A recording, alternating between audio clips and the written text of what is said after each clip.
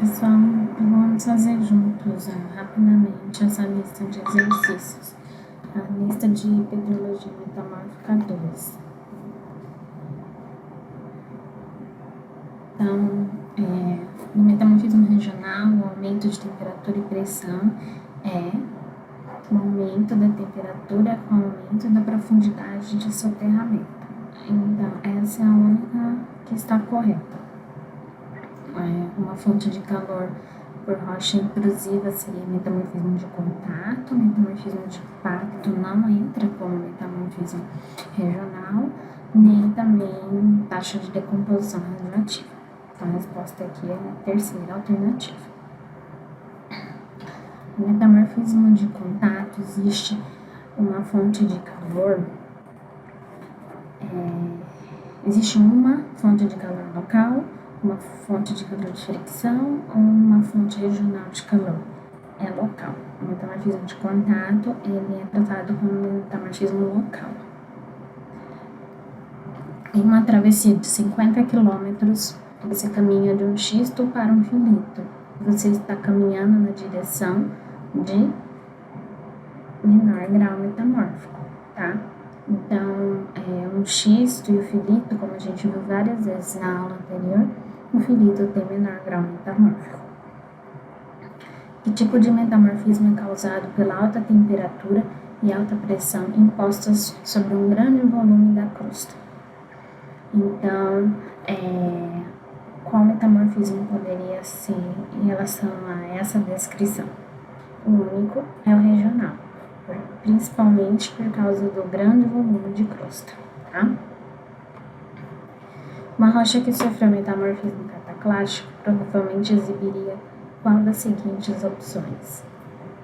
O metamorfismo cataclástico é aquele que causa a quebra da rocha, formando as rochas cataclásticas, ou a formação daqueles milonitos, que são aquelas rochas que têm aquelas feições que indicam movimentação lateral. Dentre as alternativas, a única correta é fragmentos de rocha pulverizada. Qual é a característica textural mais proeminente das rochas metamórficas regionais? É a foliação, tá? Então, a gente viu que quando a gente tem metamorfismo regional, predomina a pressão direcional, dirigida, e aí isso favorece a formação de foliações. As outras estruturas não são indicativas, de metamorfismo regional. O acamamento é uma estrutura reliquiar, como a gente viu. Ondulações também, por exemplo, se for ondulações de um sedimento subaquoso, marca de onda. E cataclase é típica dos cataclasitos, que vai ser das rochas de metamorfismo de cataclástico. Próxima questão. Qual das seguintes afirmações sobre o metamorfismo de um xisto é falsa? Com o metamorfismo crescente, os minerais de argila formam micas. Está correta essa alternativa. Com o metamorfismo crescente, o tamanho do grão dos minerais fica menor. Creio que seja essa, não é mesmo? Com o metamorfismo crescente, a foliação se desenvolve. Correto. Com o aumento do metamorfismo, a quantidade de água diminui. Correto. Todas as alternativas estão certas. Essa última sobre a água, a gente viu que aos poucos, com o soterramento, com a compressão, a gente tem a desidratação da rocha e dos minerais. Qual mineral é responsável pela forte foliação em um xisto? Quartzo, calcita, mica, folhelho. Então, são as micas, Folhelho nem mineral é. É o nome de uma rocha. Próxima questão. Qual das seguintes rochas metamórficas não pode se formar a partir de um folhelho? Qual poderia ser? O mármore, tá? O xisto pode ser a progressão de um folhelho. A ardósia poderia ser, sim, tá? Poderia ter o primeiro produto metamórfico, de metamorfismo regional de um folhelho, é a ardósia. E o hornfels é um nome para metamorfismo, rochas de metamorfismo de contato, que são as as rochas que estão naquela auréola metamórfica. Então, qualquer rocha que esteja nessa auréola, ela pode ser chamada de hornfels. Qual das seguintes rochas metamórficas não está emparelhada com sua rocha-mãe verdadeira? Rocha-mãe ou protólito, né? Greenstone e basalto, quartzito e quartzo-arenito, xisto, folheiro, hornfels, dolomita. O greenstone e basalto, se vocês pesquisarem, né, quando a gente tem metamorfismo de rochas máficas, a gente pode formar os greenstones, tá? Que são rochas verdes, tá? Por exemplo, como clorita. Quartzito e quartzo-arenito, né, a gente comentou várias vezes que eles são, tá praticamente na cara, né, que um pode ser metamorfismo do outro. O xisto pode ser, né, a gente até comentou na questão anterior do folhelho. O folhelho pode ser protólito do xisto. E a dolomita, quando metamorfizada, a gente costuma chamar de mármore, não de hornfels. Então, hornfels vai ficar mais para outros tipos de rocha, para mármore não. Qual dos tipos minerais de índice se forma no grau metamórfico mais alto? Então, a gente tem aqui 4 minerais que são índices metamórficos, e qual deles indica o maior grau? Se a gente fosse falar só da temperatura, é a silimanita, né? A gente viu, né, que até aqui na figura, tá, são minerais de silimanita, são cristais bem fininhos, parecem agulhas, tá? Lembra muito o hábito do rutilo também, que costuma ter esse hábito na forma de agulha. É o processo onde as rochas anteriormente metamorfizadas em condições de alto grau, mais tarde são metamorfizadas em condições de mais baixo grau. Então, a gente comentou na aula um pouco, o nome desse processo é metamorfismo retrógrado, quando eu tenho mais de um tipo de metamorfismo na mesma rocha e os posteriores são de menor grau, eu tenho metamorfismo retrógrado. Metasomatismo é a mudança da composição de uma rocha durante o metamorfismo. Essa não é o conceito que a gente costuma divulgar, né, que a gente costuma dar para vocês de primeira mão quando vai falar de metasomatismo. A gente costuma falar dos fluidos quentes que circulam, né, e carregam, né, elementos químicos, tanto retiram quanto deixam, né, novos materiais. E isso resulta na mudança da composição da rocha. Então, essa questão ela cita de uma outra forma, mas basicamente ela está totalmente correta, né, com relação ao metasomatismo.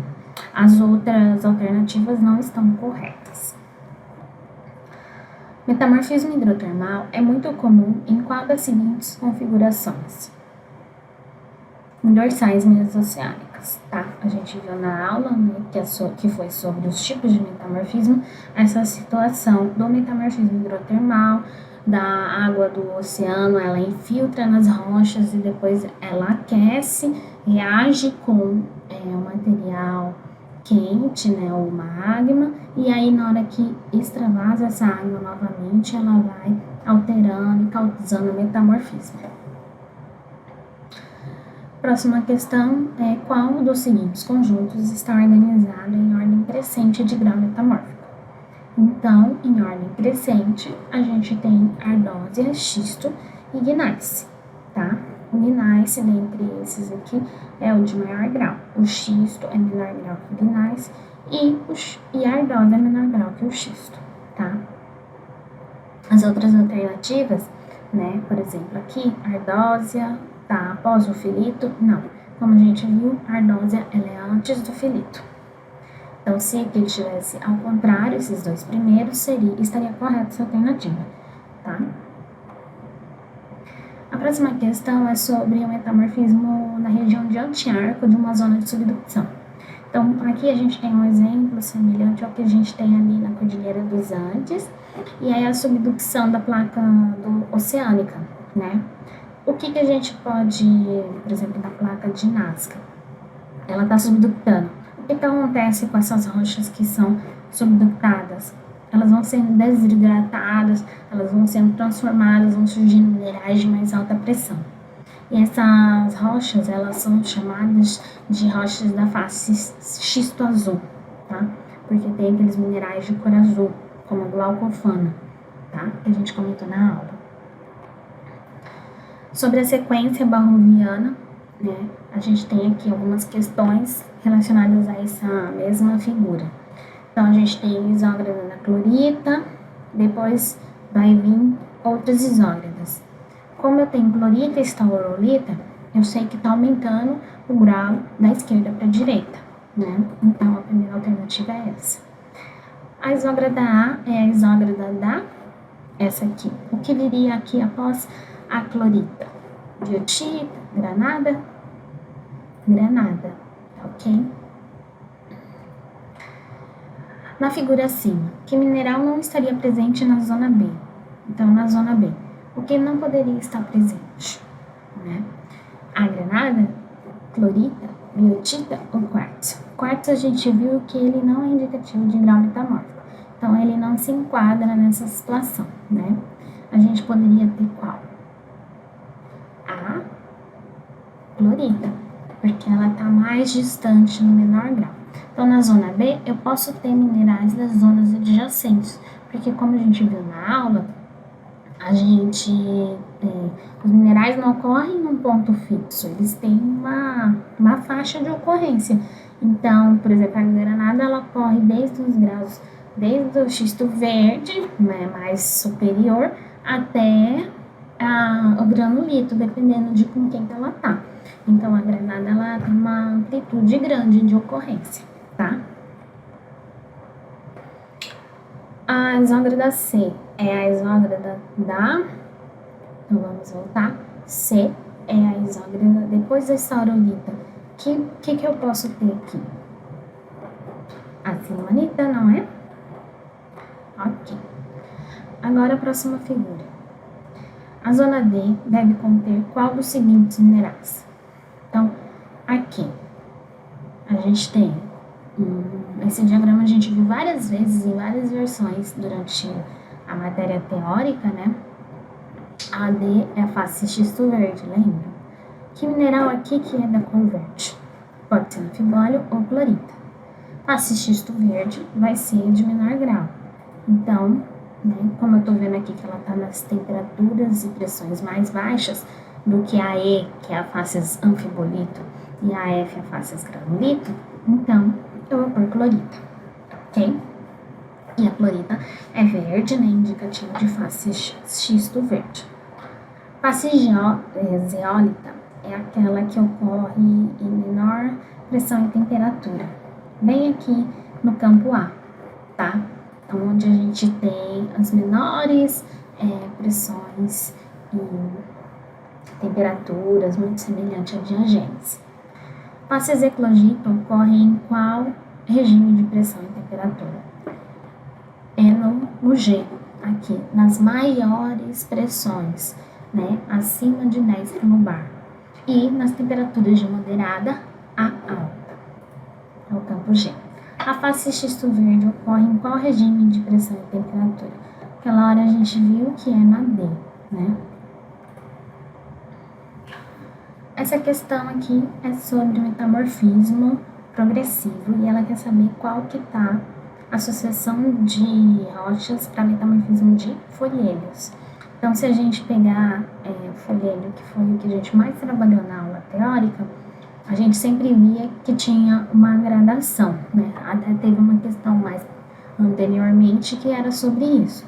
Aqui a gente tem mais algumas possibilidades. A gente tem incluído migmatito que não tinha naquela questão anterior. Então, qual que é a ordem, né, que a gente estudou? Qual que é a de maior grau metamórfico?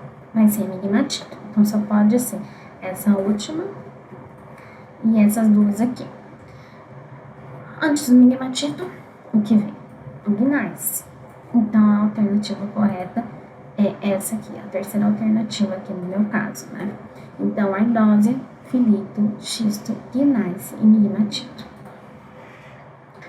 Próxima questão é em relação às rochas metamórficas. Qual a alternativa incorreta? Uma paragênese granada e silimanita indica faces granulito? essa tá certa, né, gente? A gente viu na aula que se eu tiver esses dois minerais associados na rocha, eu estive nas faces granulito com certeza. Se eu tivesse só granada, aí isso eu não posso afirmar, porque a granada tem uma ampla ocorrência. A cor dos xistos azuis reflete a presença de glaucofana e condições de alta pressão. Ok, a gente acabou de falar que seria aquele da zona de subducção, né? Serpentinas são minerais comuns em rochas ultrabásicas. Sim, a gente até viu na aula da descrição das rochas metamórficas um serpentinito. Eclogitos são rochas caracterizadas pela presença de jadeíta e granada. Então, se você tiver esses minerais, são característicos de rocha de alta pressão também, os eclogitos. Os eclogitos, eles vão estar no mais alto grau ainda de pressão do que o xisto azul. Então, eu posso ter a gradação de xisto azul para eclogito, sim. E as rochas de metamorfismo regional são caracterizadas por altas temperaturas e altas pressões. Nem sempre, né? Somente, né? Eu posso ter, como a gente viu aqui naqueles gráficos, vou voltar aqui, esse aqui, metamorfismo regional, a gente sempre via que era uma gradação, né? Xisto verde, fibolito e granulito. Então, a gente viu que nem sempre em alta temperatura e pressão. Eu posso ter face xisto verde, metamorfismo regional, que é o que ocorre aqui nessas rochas que a gente tem aqui em Cuiabá, não é? São da face xisto verde, a gente tem filito, a gente tem meta-argilito, meta-arenito, quartzito. Então, a gente não tem melimatita aqui. Então, nem sempre a gente tem rochas de alta temperatura e alta pressão, né? Então, é isso. Pessoal, se tiverem mais alguma dúvida, é só falar comigo. Obrigada.